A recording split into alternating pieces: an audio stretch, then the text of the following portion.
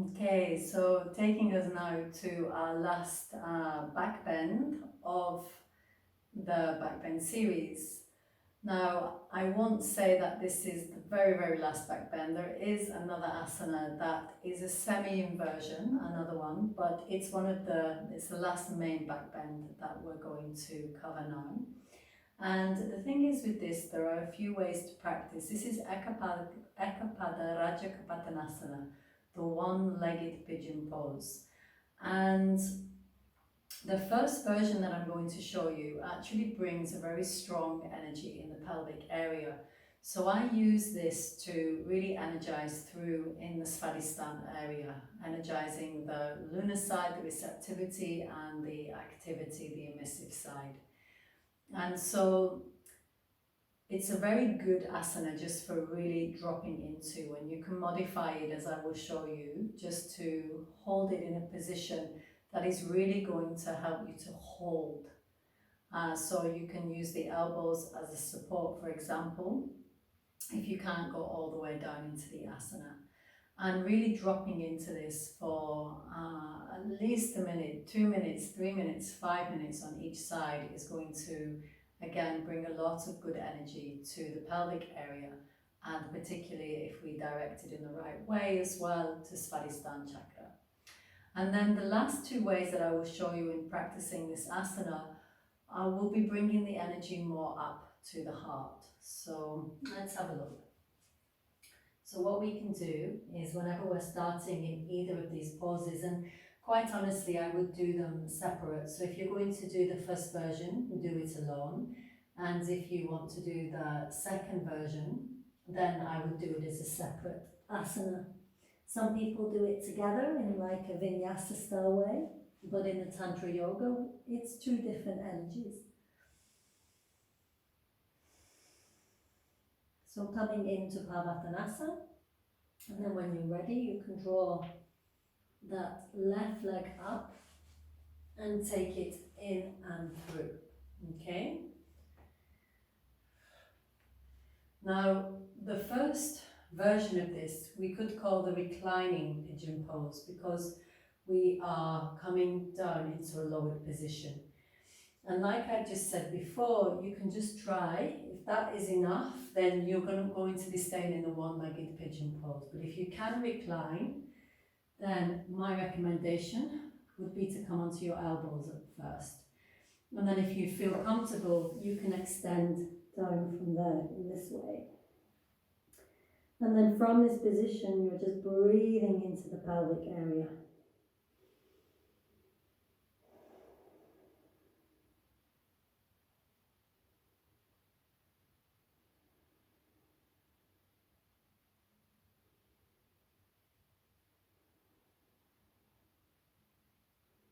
And literally, as I've already suggested, with the other asanas that bring energy to Svadhisthana chakra, you can just meditate on water and resting in the prana, the energizing in Svadhisthana.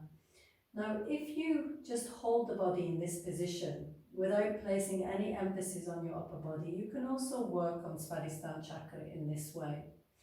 But if we want to come up into the next pose, which would be the one-legged pigeon pose. And for this, my suggestion is for most people to come up onto the fingertips and then to lift up and roll back the shoulders. And the reason that I potentially imagine this is called the pigeon pose is because when a pigeon, if you've noticed the bird, the pigeon, the breast is like coming out in this way. So if we lift up like this,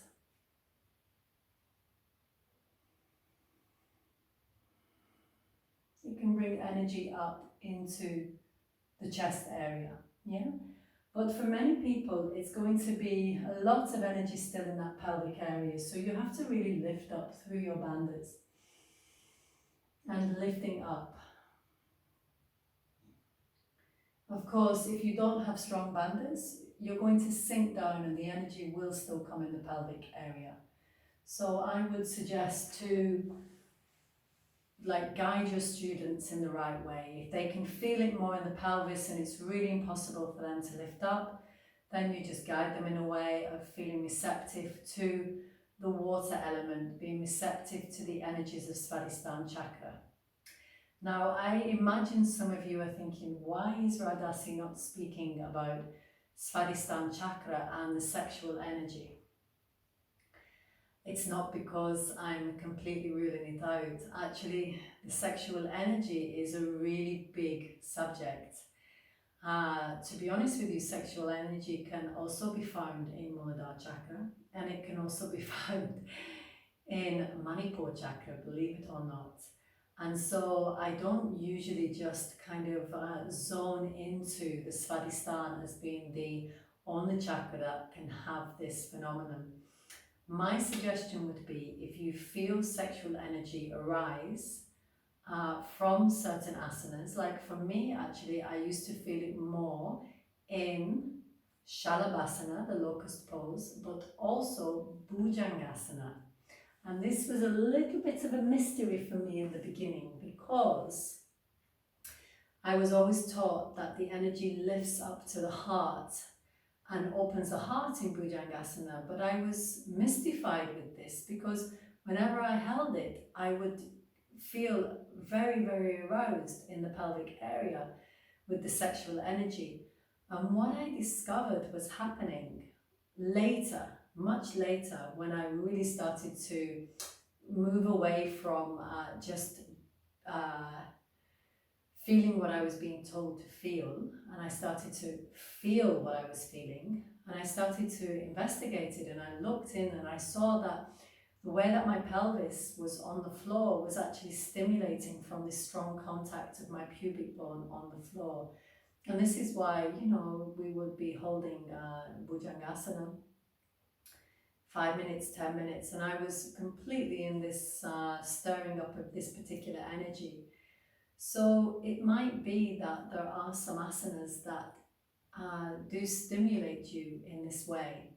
Yeah, so you just have a look to see what is, and you can have your students sense into that energy, and you could suggest it to them, but don't make a big thing of it, because like I say, it's a very broad possibility on where that energy can be stimulated.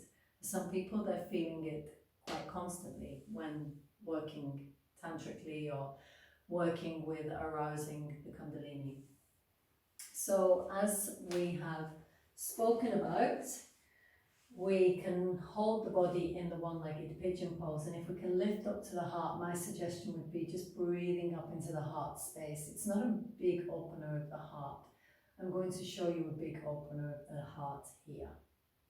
So let's have a look now, moving up into the Rajakapotanasana, the king dog pose. So we're moving from the one-legged pigeon to the king dog pose. Now this is already an amazing transformation, no? So let's see how it works. Now, as if I was just to do Rajakapotanasana, I wouldn't come up by bringing my left leg forward. Actually, what we want to do to open the left side, the right leg comes in and through. Now, as you can see, I brought my leg in, but there is a little difference here. The heel comes underneath the thigh. Now, not everybody has the capacity to hold easy in the hips here. And as you can see, I'm still up on my fingertips just so I can broaden up into my heart. Now, if it's difficult to hold this asana, two things can be done. You can have a prop under your left hip, but my suggestion would be, if you don't find enough strength in the bandhas, you can bring that left knee forward, because the idea is that we're going to open up. Now, there's a strong pull up through the bandhas and up through the heart space. Let me just come down into the more extreme pose where I don't bring the knee forward. So there's a lot of resting here into the hips again.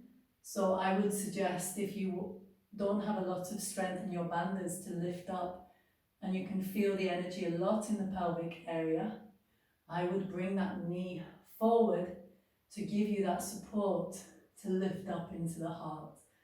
And as you can see, my wings of the dove are really opening my heart here. You can feel it so profoundly.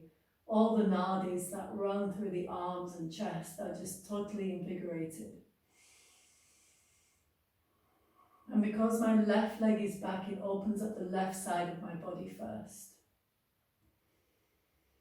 And you can be here and encourage people when they're comfortable, they can really be open to receive the energies of Anahata, receive the energies of love.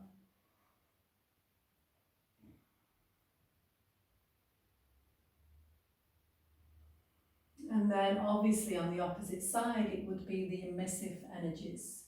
So I'm going to just do that now.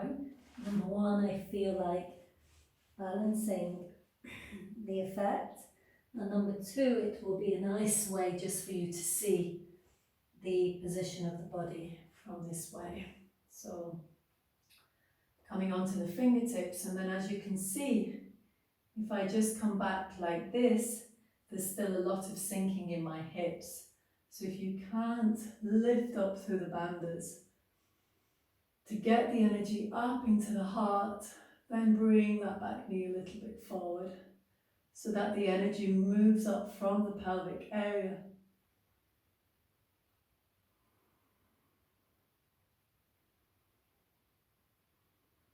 Up to the heart, okay?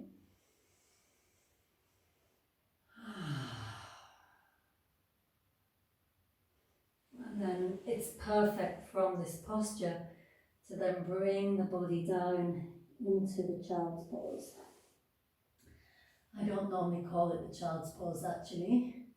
Some people call it Uttita Balasana when the arms are extended out in front like this.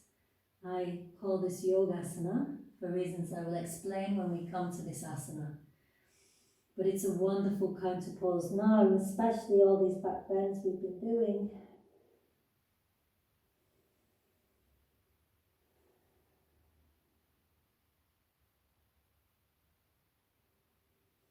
And then you can really, in this point, guide yourself or others to just rest in the awareness of the heart, feeling that balance of the lunar and solar energies, the receptivity to love and the giving, the active offering of love, and feeling that neutrality, that balance between the two.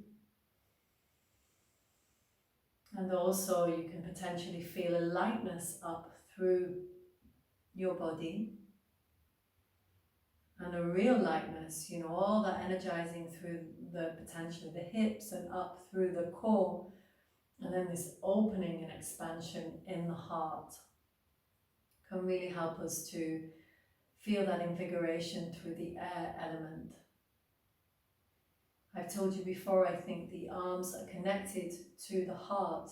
So anything strong that we're doing with the arms is going to have an effect on bringing prana and energy here.